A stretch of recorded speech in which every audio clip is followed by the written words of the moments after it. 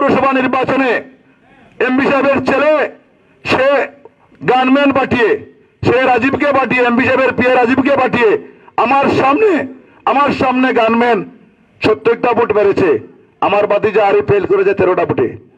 এটা কার কাছে বিচার দেব?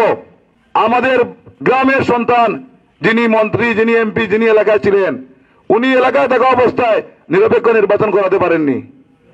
উনি নিরপেক্ষ নির্বাচন করাতে পারেননি, এই উপজেলা নির্বাচন নিরপেক্ষ করাতে পারেননি। এমপি সাহেবের জন্য জীবন যৌবন সবকিছু কিন্তু উনার জন্যই ত্যাগ করেছি। থানায় গেলেই এখন দেখবেন লিস্টে এখনো 8-10টা মামলা আছে আমাদের ব্যাক লিস্টে। হ্যাঁ, দেশে ভোট পরিবর্তন হলেই আমাদের বাড়িতে সেনাবাহিনী চলে আসে। এটা আমাদের নেতা, উনি আমাদের এমপি মন্ত্রী, এই যে নির্বাচন করলাম, একদিন আমাকে উনি ফোন দেন নাই।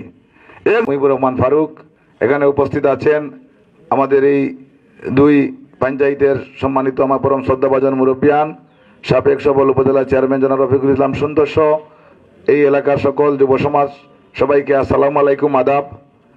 আমি গত পরশুদিন রাত্রে হঠাৎ লাইভে যখন দেখলাম, থেকে আসলে হতবাক হয়েছি। আমি অনেককেই ফোন দিয়েছি, দেখলাম যে আসলে সবাই হয়তো আমাদের এই পাকিয়ালার মানুষ, বড়লেখার মানুষ পাকিয়ালার দিকে চেয়ে থাকে, পাকিয়ালার মানুষ বড়লেখা উপজেলার নেতৃত্ব দেন।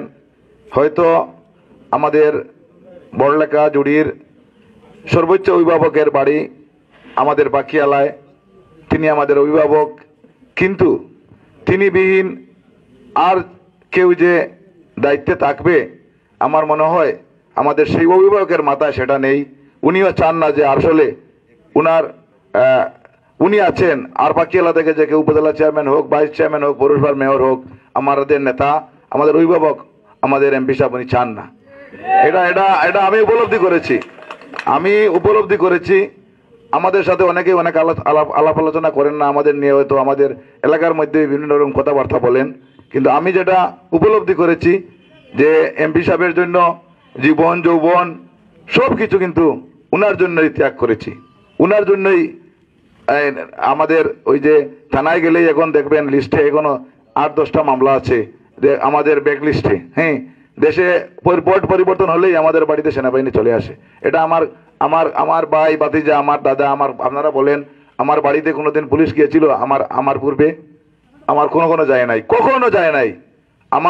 আমি ছাড়া আমার কারোর সাথে তর্ক হয়েছে আমার বাড়ির, আমার বাবা, চাচা, কোনো মানুষ বলতে পারবে? কোনো মুরব্বিয়ানা বলতে পারবেন না। কিন্তু দুর্ভাগ্য আমাদের, আমরা যাকে সর্বোচ্চ আসনে নিয়েছি, আমি রাজনীতি করি, আমরা দলের দায়িত্বে জনপ্রতিনিধি, এই জন্য অনেক কথা বলতে পারি না। অনেক জায়গায় এসে আঞ্চলিকতায় অনেক কথা বলা যায় না, কারণ আমাদের দেশে কর্মী, নেতা কর্মী সব গ্রামেই আছে।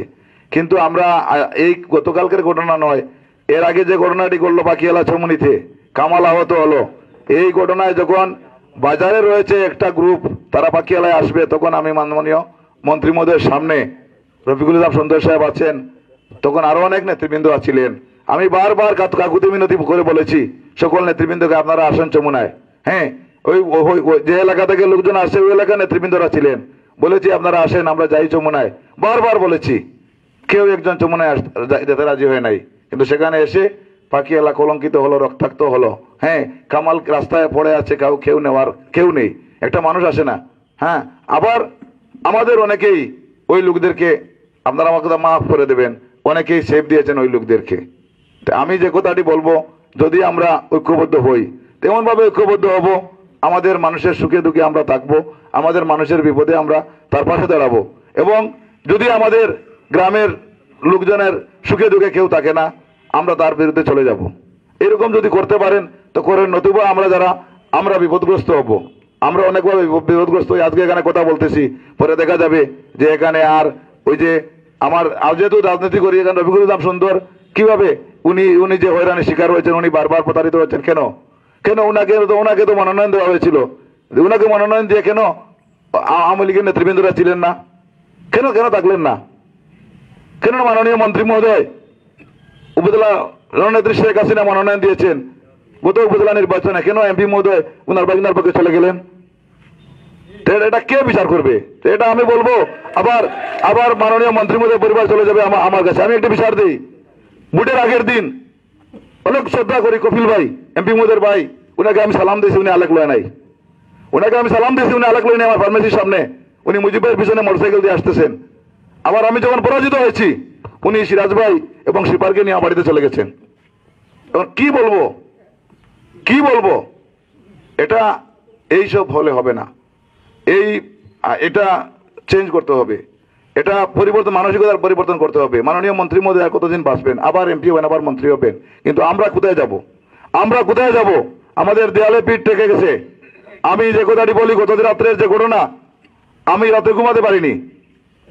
এক তো পরাজিত হয়েছি, তারপরেও পরাজিত হওয়ার দুঃখ নেই, কারণ আমাদের গ্রামের সন্তান, যিনি মন্ত্রী, যিনি এমপি, যিনি এলাকায় ছিলেন, উনি এলাকায় থাকা অবস্থায় নিরপেক্ষ নির্বাচন করাতে পারেননি। উনি নিরপেক্ষ নির্বাচন করাতে পারেননি, এই বড় নির্বাচন নিরপেক্ষ করাতে পারেননি। যদি মনে করতাম ওনার বাইকটাকেও যদি উনি নির্বাচিত করতে পারতেন, তাহলে তো আমাদের কষ্ট থাকতো না যে আমাদের হয়তো বাইকনাকে বানিয়েছেন। এই নির্বাচনে রাতে বেলে ঢুকেছে, আমরা ওনাকে সর্বোচ্চ আসনে নিলাম, উনি ক্ষমতাধর মানুষ, আমরা কি নিরপেক্ষ নির্বাচন আশা করতে পারি না? আসলে যে কথাটি আমি বলি, এখানে যদি এইরকম ঘটনা আর কেউ, একজন লোককে সিএনজি ড্রাইভার বাজারে পিটালো, পাঞ্জাবি ছিঁড়ে ফেললো, সেই লোকটি মায়েরকে খোলাখুলি করে চলে গেল। আর কিন্তু যখন রফিকুল ইসলাম সুন্দরের হাতে তার একটু কথাবার্তা হলো, সে তার নিজে নিজে ওইখানে একটু ইঞ্জিনিয়ারের টেবুলে রক্ত বের হয়ে আসলো, সেই লোকটি পরে মিছিল দে হই হই রই রই পাখিয়ালি গেল হই বাজারে। সেদিন শোভা ভাই আর আমি মোটরসাইকেল নিয়ে আগে আমরা বাজারে ঘুরেছি, হ্যাঁ, সেখান থেকে মিছিল হাজার হাজার মানুষ চলে আসে, ওই ওই রই রই পাখিয়ালি গেল কই। এটা আসলে আমরা পরবর্তীতে ওই যে নেতার ভোটের জন্য আমরা সবকিছু ভুলে যাই, আমরা সুন্দর কথায় আমরা সেটা ভুলে যাই। আমি যে কথাটি বলি, আমরা আমরা আমরা বিশেষ করে আমি আমার কথা বলি, এই যে সংসদ নির্বাচন গেছে, লক্ষ লক্ষ টাকা কর্মী, নেতা কর্মীর কাছে, এক টাকাও তো এমপি সাহেবের কাছে কারণে খরচ করেছে উনার জন্য করেছে, মিছিল মিটিং করেছি।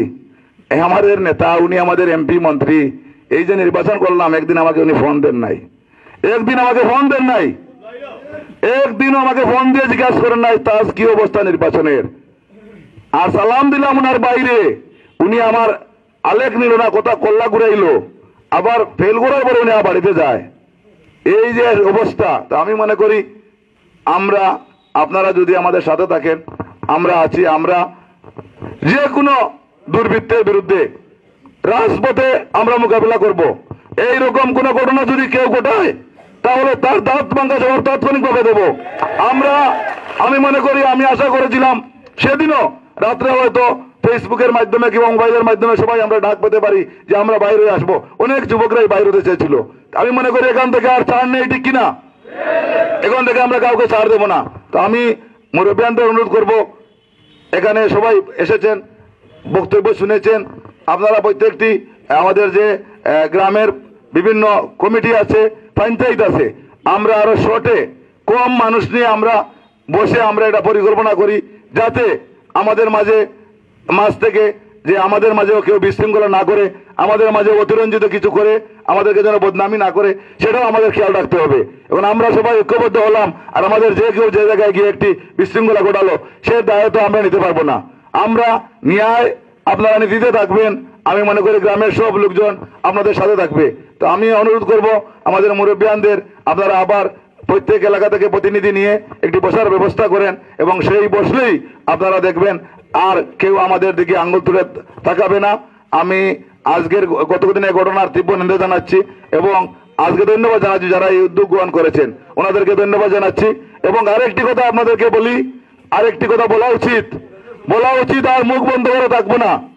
জনাব রফিকুল ইসলাম সুন্দর, উনি আমাকে অনেক কথা বলেন না, কিন্তু হয়তো ভুল বুঝেন, কিন্তু আমি আমার ভিতরে রক্তকরণ হয়, অনেক নেতা কর্মী আমাকে ভুল কথা বলে। এখানে কবির বসে আছে, সে গত নির্বাচন নিয়ে আমাকে বিভিন্ন ভুল বক্তব্য দেয়, কিন্তু আমি কখনো এলাকার মানুষের বিরুদ্ধে আমার কোনো অবস্থান নেই। এটা যারা আমার সাথে চলেন এরা আমাকে বুঝেন। আজকে গত পৌরসভা নির্বাচনে এমপি সাহেবের ছেলে, সে গানম্যান পাঠিয়ে সে রাজীবকে পাঠিয়ে, এমপি সাহেবের পিএ রাজীবকে পাঠিয়ে আমার সামনে গানম্যান 70টা ভোট মেরেছে, আমার ভাতিজা আরিফ ফেল করেছে 13টা ভোটে। এটা কার কাছে বিচার দেব? আমরা দিন রাত পরিশ্রম করব, পরিবার পরিজন ছেড়ে এমপি সাহেবের জন্য কাজ করব। আর উনার পরিবার, উনার ভাইরা, আরেকটি কথা, আমি যুবলীগের সভাপতি প্রার্থী হয়েছি, এমপি সাহেবের ভাই বদরুদ্দিন ভাই, উনার ছেলে মাঠে নেমে আমার বিরুদ্ধে অবস্থান নিয়েছে। আমরা এমপি সাহেবের বিরুদ্ধে নয়, উনি আমাদের সম্মানিত মানুষ। তো আমরা মনে করি আমাদেরকে যদি ওনারা এইরকম করেন, আমাদেরকে দূরে রাখতে চান, তাহলে আমরা তো বিকল্প চিন্তা করতে হবে। আমি আজকে আমাদেরকে বলছি ঐক্যবদ্ধ হন। মাননীয় এমপি সাহেব, আর পুলিশ দিয়ে আমাদেরকে হয়রানি করার চেষ্টা করবেন না। আজকে কেন বাকি হচ্ছে না পুলিশ? আজকে কেন পুলিশ? আমি জানতে চাই, আজকে যমুনায় কেন পুলিশ আসলো?